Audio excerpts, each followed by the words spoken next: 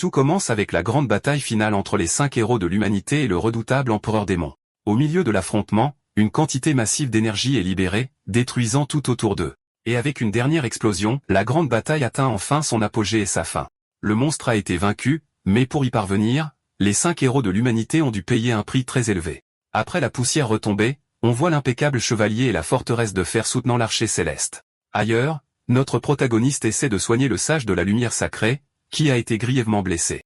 Mais l'un de ses camarades l'avertit que le coup final de l'ennemi l'a blessé et qu'elle ne peut pas être soignée. Il hurle à tout le monde de se taire et continue d'essayer de la sauver sans succès. Son ami lui demande alors d'arrêter, lui disant de ne plus essayer de la sauver car elle a déjà accepté son sort. Avec un sourire sur son visage, elle dit qu'elle est déjà satisfaite de cette fin alors que son corps brille de lumière. Même dans la victoire, ils se souviennent de leur promesse de revenir tous ensemble. Mais maintenant, c'était la fin. Juste à ce moment-là, notre personnage principal entend une voix familière et se demande si c'est la voix de l'empereur démon. La voix confirme alors que c'est bien lui, et que ce sont ses derniers mots pour leur magnifique bataille. Soudain, le sang du roi noir enveloppe ses amis, et ils réalisent qu'ils ont été dupés par le monstre. Le corps du personnage principal commence à se transformer, et il réalise que la véritable capacité de l'ennemi était l'assimilation. L'empereur démon révèle alors qu'il préfère appeler sa capacité unique l'évolution. Pendant ce temps, l'assimilation continue, et le corps de notre protagoniste commence à être consumé par les ténèbres. La voix explique que ceux qui l'ont vaincu sont dignes de devenir son nouveau vaisseau pour son grand chef-d'œuvre. Il se concentre sur notre héros, disant qu'il est le plus puissant vaisseau humain de tous. Voyant son camarade possédé, l'un des guerriers hurle son nom, essayant de se libérer. Il dit alors qu'il préférerait tomber par la main de son ami plutôt que de devenir un outil pour l'ennemi. L'esprit du protagoniste est déchiré alors qu'une voix le supplie d'abandonner cette idée et de ne pas sortir son allié. Mais le chevalier blond lui crie de se dépêcher, car il ne peut plus résister à l'assimilation. La voix intérieure continue de le supplier de ne pas laisser se produire la tragédie d'un frère abattant un autre frère. Blonde demande pourquoi son épée tremble, et si son ami ne peut pas se résoudre à le frapper. Avec un regard sombre, le protagoniste semble se préparer à ce qui doit être fait. La voix du monstre dit que la résistance est futile, et que son côté droit a déjà été complètement assimilé. Avec cela, le chevalier comprend que ce n'était pas de la faiblesse, et un petit sourire apparaît sur son visage. Et dans un mouvement rapide, la lame de l'épée fend l'air, se dirigeant vers sa cible. À la surprise générale, l'épée transperce la poitrine de l'ami du protagoniste. Avec un sourire, le blond dit que seul quelqu'un d'aussi impitoyable et mortel que lui est digne de cette capacité. Le personnage principal l'appelle frère, et sa capacité s'éveille, faisant apparaître une marque sur son visage. Immédiatement après, il retire l'épée du corps de son ami, alors que l'assimilation se retire de son bras. L'archère, regardant de loin, hurle le nom de son patron en désespoir de cause. Elle et le chevalier lui disent de ne pas laisser le sacrifice être vain et de faire tout ce qu'il faut. Avec un regard plein de détermination et de haine, notre protagoniste semble avoir pris sa décision finale. Il prend ensuite l'avis de ses deux autres compagnons, et le chiffre 2 apparaît sur son visage. Avec cela, une troisième marque apparaît, indiquant qu'il a absorbé le pouvoir de tous ses alliés. Hurlant de douleur et de rage, le protagoniste libère une énorme quantité d'énergie dorée. La voix de l'ennemi dit que 3 vies échangées contre du pouvoir n'ont suffi qu'à libérer sa main. Mais notre héros répond que pour résoudre le problème final, une seule main est plus que suffisante. Il lève alors son épée vers son propre cou, surprenant la conscience du monstre. À cela, l'entité hurle furieusement pour qu'il arrête immédiatement cette folie. Sa main démoniaque saisit la lame, et la voix l'avertit de ne pas tester davantage sa patience. Et avec un peu de force, l'épée se brise en plusieurs morceaux sous les yeux de notre jeune homme. Avec la destruction de l'épée sacrée Sula, le monstre croit avoir gagné la bataille une fois pour toutes. L'entité se vante alors, disant qu'aucune attaque dans ce monde ne peut nuire à sa carapace invincible. Mais soudain, le bruit de quelque chose qui se brise résonne à travers l'endroit, laissant la créature confuse. Notre héros demande alors si le démon pensait vraiment qu'il ne pouvait pas se détruire lui-même. Et avec un cri, il frappe sa propre poitrine, transperçant son corps avec sa main libre. Surpris par l'action du jeune homme, le monstre hurle son nom alors qu'une explosion massive se produit. Après la poussière retombée, nous voyons une scène de destruction avec une traînée d'énergie sombre dans le ciel. La conscience de l'ennemi admet qu'elle l'a sous-estimé, et le protagoniste se demande si c'est sa fin. Agenouillé et blessé, le guerrier se lamente de ne pouvoir sauver personne, et que tous les démons n'ont pas été anéantis. Avec un regard triste et vaincu, notre jeune homme semble accepter son sort solitaire. Juste à ce moment-là, une figure mystérieuse géante apparaît et dit que ce qui s'est passé est dommage. Avec cela, la scène change, et nous voyons que 5 ans se sont écoulés depuis la grande bataille finale. Dans une forêt sombre, quelqu'un commente que cela fait 5 ans que leur patron les a quittés. Une autre voix le traite d'idiot et demande s'il ne sait pas ce qu'ils font ce soir. Un monstre dit que tout ce qu'il sait, c'est qu'il devait amener 4 filles humaines et un démon à cet endroit. Il explique que le mémorial de cette année garantira que la nouvelle génération n'oubliera jamais le sacrifice de leur créateur. Avec cela, le monstre annonce le début du rituel et dit qu'il commencera par les 4 offrandes humaines. D'un mouvement rapide, il attaque les filles. Voyant cela, les autres démons s'avancent pour se régaler de ce qui reste des offrandes. Il se tourne ensuite et dit que maintenant, il va verser du sang de démons pour honorer leur ancien empereur. Ensuite, nous voyons que l'offrande finale est notre protagoniste, qui est suspendu et gravement blessé. Lentement, il ouvre les yeux et se demande confusément où il est et comment il a fini dans cet endroit. Il ne comprend pas comment il est en vie, car il se souvenait avoir péri dans la bataille. Mais le monstre insecte lui donne un coup de pied et lui hurle de ne pas bouger, le laissant stupéfait. Il continue, disant que le prisonnier est le démon le plus faible et qu'il ne mérite même pas un nom. Choqué, notre jeune homme se demande s'il est devenu un démon et remarque que ses yeux sont maintenant verts. L'insecte dit alors qu'être un sacrifice ici est le plus grand honneur qu'il puisse avoir dans sa vie. Ceci étant dit, le bourreau lève sa lame, se préparant à porter le coup final à notre héros. D'un mouvement rapide, l'arme du monstre descend à grande vitesse vers le jeune homme. Mais à la surprise de la créature verte, sa lame n'atteint pas la cible, et quelque chose d'inattendu se produit. Le monstre insecte devient furieux contre le jeune homme et lui crie d'arrêter de se tortiller parce qu'il a tout gâché. Notre gars se libère alors des vignes qui le retenaient, tombant au sol et échappant à l'attaque. La créature verte est choquée par la scène et se demande si le prisonnier a fait cela exprès. Avec un regard intimidant, le personnage principal demande si le démon métis ne peut pas le reconnaître. En voyant ses yeux, l'insecte commence à transpirer à grosses gouttes et balbutie, incapable de dire un seul mot. Un souvenir lui traverse l'esprit, et il hurle le nom du protagoniste dans une panique totale. Il se souvient alors d'une vieille bataille en mer, où il servait dans l'armée des démons. À l'époque, il n'était qu'une recrue et avait été envoyé ramer avec les autres monstres sur le navire. Un de ses supérieurs lui a dit de s'y mettre à fond, car les 4 seigneurs surveillaient tout. En mars 2012, le clan Lin a utilisé le pouvoir des dieux de la mer et a lancé une attaque surprise. L'assaut a été si rapide qu'un seul humain est arrivé à temps pour arrêter l'énorme flotte. Seul sur un petit radeau, cet homme s'est préparé à affronter une armée entière de démons. C'était le protagoniste, Glon, le tueur de démons de Bellu City, l'un des héros les plus puissants de l'humanité. Pendant ce temps, de l'autre côté, le roi démon se préparait à donner l'ordre d'attaquer à ses troupes. Mais la seule chose dont l'insecte se souvienne de ce jour-là, c'est que tous ses alliés ont péri. La créature se souvient que tous ses camarades ont été éliminés lors de cette terrible confrontation en mer. Il se rappelle qu'à l'exception du seigneur Shu, tous les autres démons ont trouvé leur fin ce jour-là. Au milieu de la destruction, plusieurs rois démons ont été anéantis, et un seul d'entre eux a survécu. Même couvert de sang, le regard du héros montrait une détermination comme s'il rassemblait son aura. Au milieu de la pluie et des éclairs, le guerrier se tenait ferme et imposant devant ses ennemis. De retour dans le présent, le visage du monstre insecte montre une terreur pure alors qu'il fait face à notre jeune homme. Il explique alors qu'avec le bon angle, il est facile de détruire le point faible des démons crustacés. Notre gars réalise qu'il a été ressuscité, mais sa capacité a été réinitialisée au niveau 1. En voyant cela, les autres démons crient pour l'attaquer tous ensemble. Avec seulement quelques mouvements, il anéantit 9 démons, et un chiffre romain apparaît sur son corps. Il dit que les serviteurs étaient faibles, et qu'il n'est devenu qu'un peu plus fort avec sa capacité. Un autre monstre regardant de loin est terrifié par la force dont fait preuve le jeune homme.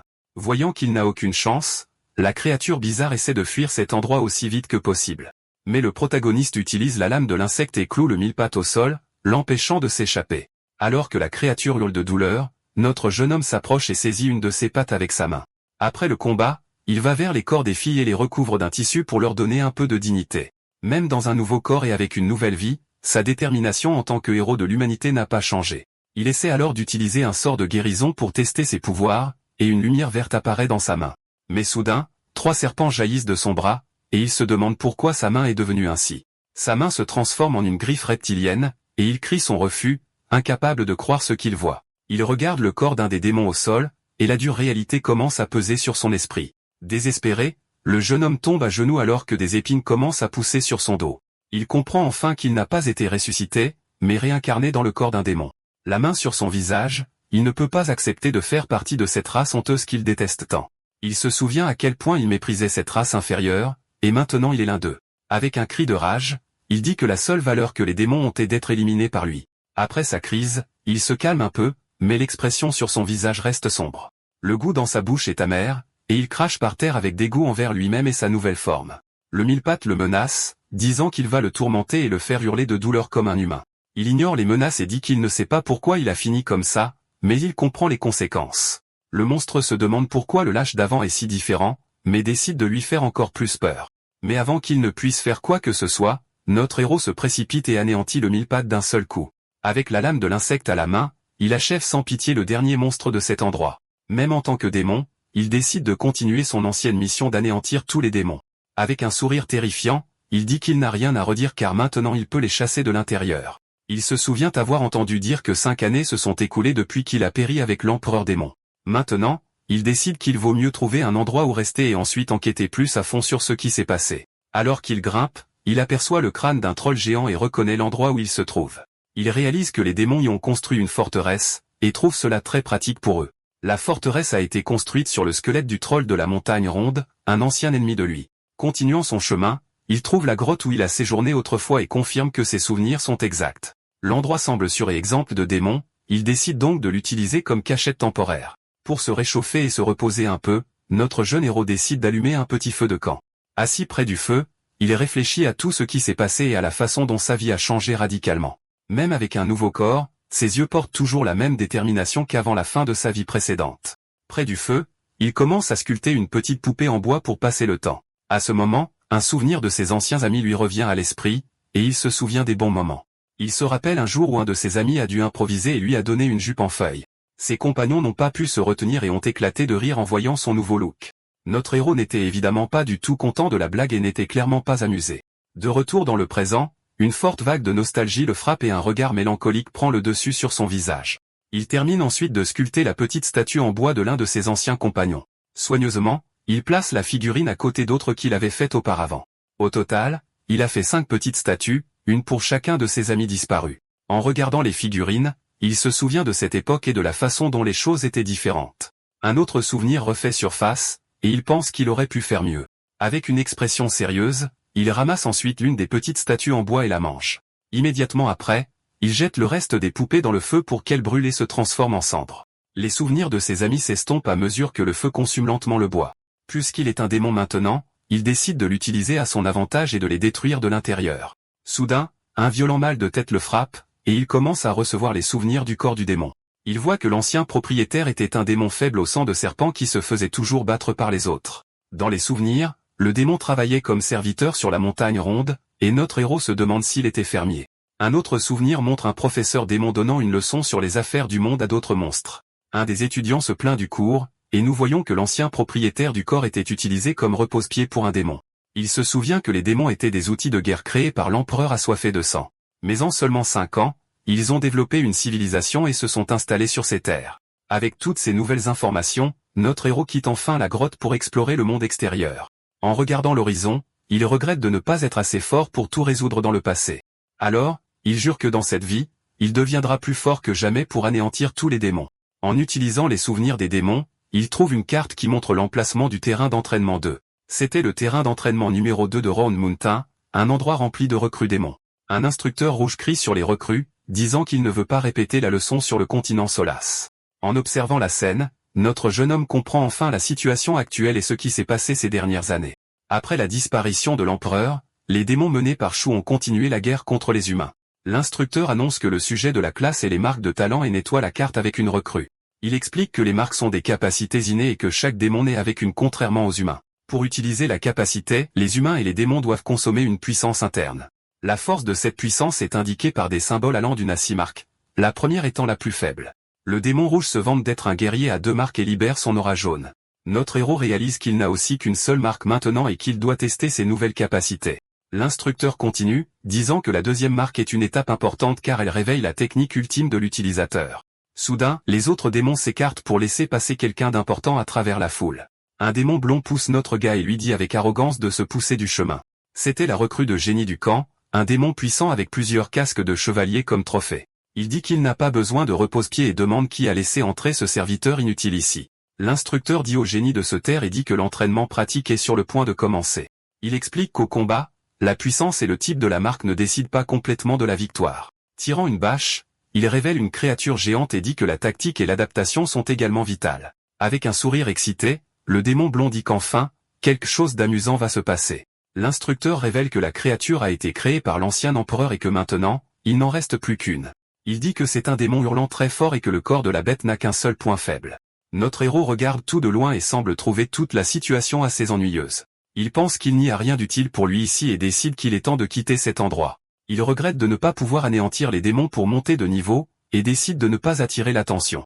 Soudain, l'œil de la créature géante brille d'un rouge intense, et elle se prépare à attaquer. La bête se libère alors facilement de ses chaînes et charge furieusement sur les recrues. L'instructeur rouge essaie de retenir le monstre avec la chaîne et crie à la créature de rester tranquille.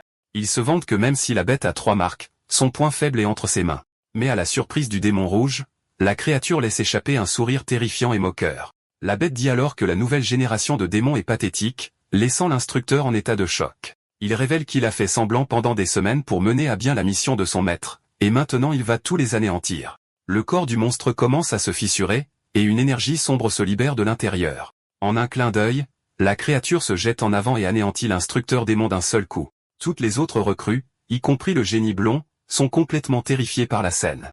Lance une attaque dévastatrice contre les racines, anéantissant plusieurs démons à la fois. Le génie blond est choqué par la force du monstre et décide de courir pour ne pas avoir à utiliser son arme secrète. Alors qu'il essaie de s'échapper, il heurte notre protagoniste, qui bloque intentionnellement son chemin. Allongé sur le sol, le démon arrogant hurle furieusement, demandant pourquoi le bâtard se met en travers de son chemin. Avec un regard calme, notre jeune homme essuie simplement du sang de son armure, ignorant l'agitation.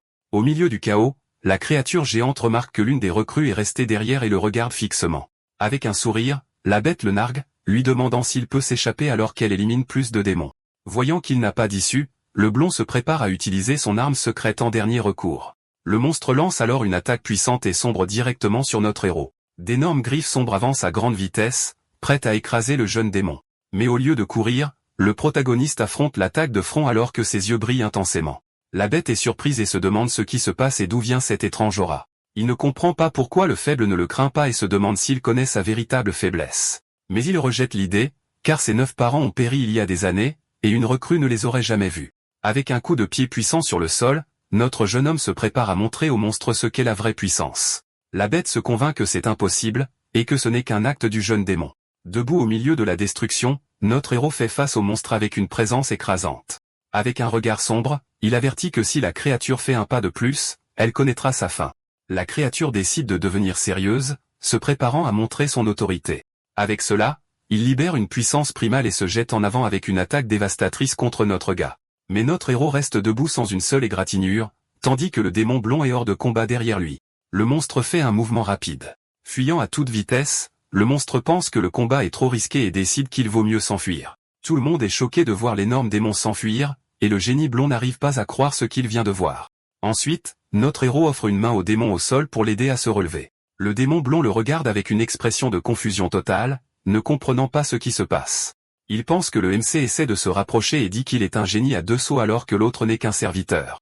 Avec un regard dédaigneux, le génie arrogant dit qu'il ne se laissera pas prendre au petit tour stupide de notre héros. À ce moment-là, notre gars arrache simplement un morceau des vêtements du démon blond, le laissant stupéfait. Il utilise ensuite le morceau de tissu pour essuyer le sang de sa main avec un calme étrange. Le blondinet devient absolument furieux de son attitude et le traite de fermier sale. Bientôt, les autres recrues approchent et demandent comment il a réussi à effrayer le démon hurlant. L'un d'eux exige une réponse, et notre héros explique qu'il a lu que la créature ne peut pas voir les objets immobiles. Les démons croient au mensonge, et l'un d'eux dit que le livre a été écrit par le tueur de démons, Garant. Avec un sourire narquois, notre héros révèle qu'il mentait, et que les démons hurlants ont en réalité une excellente vision. Le démon blond s'énerve et accuse le débutant d'être arrogant juste parce qu'il a lu quelques livres. L'un des hommes de main demande si leur patron va bien, et il fait comme si de rien n'était, disant qu'il est juste fatigué. Ensuite, le génie ordonne à ses 5 disciples de traquer le MC et de l'éliminer de la manière la plus humiliante possible. Les 5 démons acceptent la mission avec des sourires malicieux, prêts à traquer notre héros. Ils le suivent jusqu'à un endroit isolé, et disent qu'ils l'ont suivi assez longtemps et qu'il est temps de passer à l'action. Avec cela, les 5 voyous émergent du brouillard, et l'un d'eux dit que personne n'interférera avec leur combat.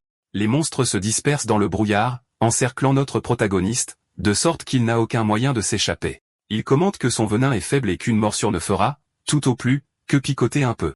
Alors, les démons décident de se séparer pour le trouver au milieu de toute cette fumée. Soudain, un des hommes de main hurle de douleur, disant que le serpent du scélérat lui a mordu l'estomac.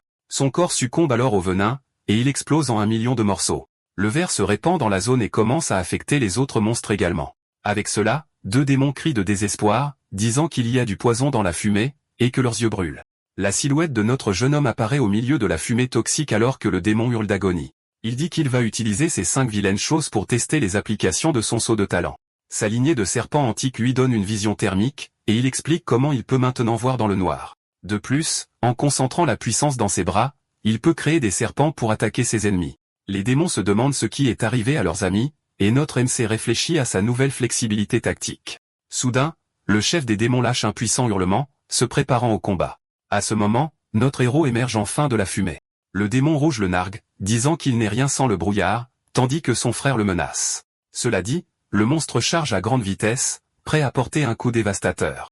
Il agite son bras lame pour une attaque puissante qui tranche l'air. Le démon continue son mouvement avec une expression furieuse, prêt à achever notre type une fois pour toutes. En regardant la scène, l'autre monstre est impressionné par la puissance déployée par son frère. Mais notre protagoniste reste calme, analysant chaque mouvement de l'ennemi avec ses yeux. Le coup du monstre approche rapidement, semblant impossible à esquiver ou à défendre. À la surprise générale, le MC esquive l'attaque et porte un coup brutal au démon. Le démon survivant est complètement paralysé de peur par ce qui vient de se passer. Voyant qu'il n'a aucune chance, la créature se rend et implore pour sa vie, blâmant la blondinette pour les ordres. Mais notre protagoniste ne semble pas le moins du monde convaincu par son excuse bidon. Désespéré, le monstre propose de le conduire à la grotte secrète de la blondinette, qui doit receler de précieux trésors. Le MC pense qu'il peut utiliser les trésors pour évoluer et décide que cela vaut la peine de vérifier. Alors, les deux marchent à travers une forêt, et le monstre annonce qu'ils sont presque arrivés. Atteignant le bord d'une falaise, la créature montre une grotte cachée derrière la cascade. Mais avant que le monstre ne s'en rende compte, notre héros l'attrape par derrière, envoyant la créature dans la panique. Le MC l'utilise comme bouclier humain et le jette directement dans un piège à flèches. Avec le chemin dégagé, notre jeune homme remercie la créature d'avoir désamorcé le piège pour lui. La grotte est une fosse profonde remplie de flèches, avec un petit coffre qui attend au bout. Pendant ce temps, à la forteresse de la montagne, un démon se prépare à faire un rapport. Il informe son chef qu'un démon hurlant a été effrayé par un simple serviteur serpent. Le chef du territoire, nommé Brizos, entend le rapport et trouve tout cela très intéressant.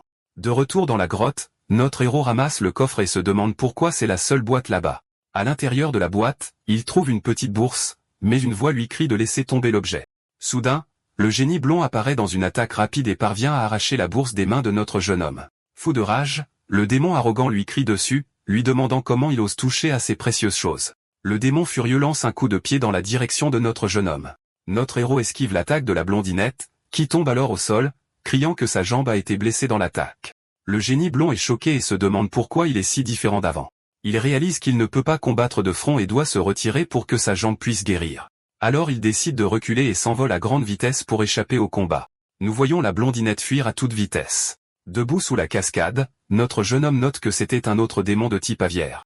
Seul dans la grotte, il semble pensif, réfléchissant à ce qui vient de se passer là-bas. À ce moment, un sombre souvenir d'autres démons aviaires remonte soudainement à son esprit. Nous voyons les pieds de notre héros alors qu'il décide qu'il doit poursuivre la blondinette. Il court alors à grande vitesse à travers le tunnel en direction du démon blond. Avec un regard de rage, il se prépare à éliminer le démon. Criant, notre héros dit que les démons aviaires méritent d'être anéantis le plus. Il rattrape le démon blond en plein air et l'attaque avec un coup de poing puissant. Avec l'impact, les deux commencent à dégringoler à grande vitesse vers le lac. Même en chute libre, notre jeune homme porte un coup de poing dévastateur en plein visage de l'ennemi. La blondinette utilise alors ses griffes pour porter un coup brutal au MC. Mais il finit par le frapper, l'envoyant voler dans l'eau. Notre héros atterrit alors doucement sur le lac, comme si de rien n'était. La blondinette le nargue, disant qu'il n'a pas eu de chance de tomber dans le lac de bile. Soudain, quelque chose commence à bouger sous la surface de l'eau, se rapprochant. Avec cela, plusieurs créatures étranges émergent du fond du lac et entourent notre jeune homme. Les créatures l'attrapent de tous les côtés, mais il ne semble pas le moins du monde inquiet. La blondinette explique que ces insectes le dévoreront jusqu'à ce qu'il ne reste plus rien.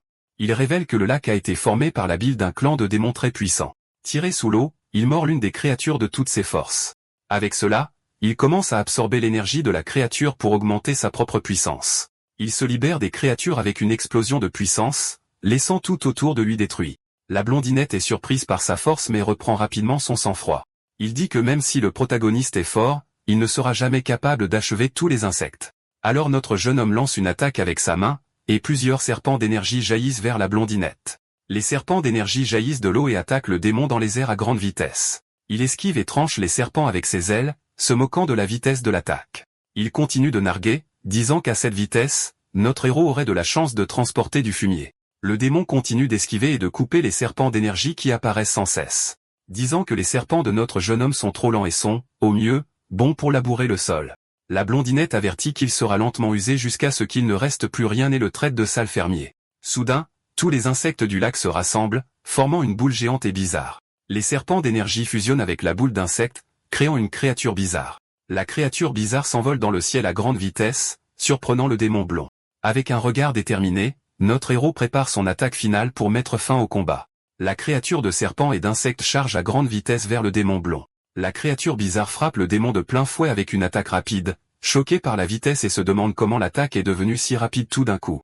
Avec ça, il ne reste que les restes des insectes anéantis dans le lac. Il dit que les insectes ne l'ont fait atteindre que le deuxième saut. Mais c'est suffisant pour s'occuper de l'oiseau. Sourire glaçant. Il menace le blondinet, disant qu'au prochain clignement d'yeux, il lui ouvrira le crâne. Le démon le traite de fou pour avoir dit de telles absurdités et saisit un arc pour se défendre. Ensuite, notre jeune homme avance à une vitesse incroyable, laissant l'ennemi complètement surpris. Le blondinet crie de ne pas être sous-estimé et charge sa flèche avec une puissante énergie violette. Il révèle que c'est la flèche magique de leur chou, et que le destin l'a gardée pour ce moment précis. Il tire la flèche, libérant une explosion d'énergie vers notre héros. Le blondinet semble confiant que son attaque finale atteindra sa cible. Mais à sa grande surprise, notre protagoniste arrête simplement la flèche à main nue. Des serpents d'énergie émergent de son corps, et le blondinet ne comprend pas ce qui se passe. Les serpents enveloppent ensuite notre jeune homme et la flèche magique dans une scène complètement bizarre. Ils forment un cocon autour de lui et retombent dans l'eau. Lentement, la main de notre jeune homme émerge de l'eau, entourée d'une mystérieuse énergie violette. Le blondinet regarde depuis le rivage, confus, se demandant si sa flèche mortelle a réussi à le finir. Soudain, un démon aux cheveux roses apparaît et accourt, inquiet, demandant si son frère va bien. Elle dit qu'elle a suivi la traînée de plumes, et il la rassure, disant qu'il vient de s'occuper d'un petit voleur. Il regarde ensuite la bourse dans sa main. Avec ça, le démon révèle que le trésor est pour soigner ses yeux, et qu'il le protégera de sa vie. Dans l'eau, le cocon de serpent absorbe la flèche, et le blondinet se souvient que l'arme n'avait pas ce pouvoir. Notre jeune homme est confus et ne comprend pas pourquoi son corps se transforme de cette façon. Son œil brille alors qu'un des serpents s'approche de lui, comme s'ils étaient connectés. Ensuite, une lumière blanche très vive envahit tout, et une silhouette apparaît au milieu de la lueur. Son œil se transforme en un symbole de l'infini et un pouvoir complètement nouveau. Le symbole se révèle être un serpent en forme de 8, indiquant une évolution complète. Avec un nouveau look aux cheveux blancs, il comprend enfin ce qui est arrivé à son corps. L'énergie de la flèche violette est complètement absorbée par sa nouvelle forme.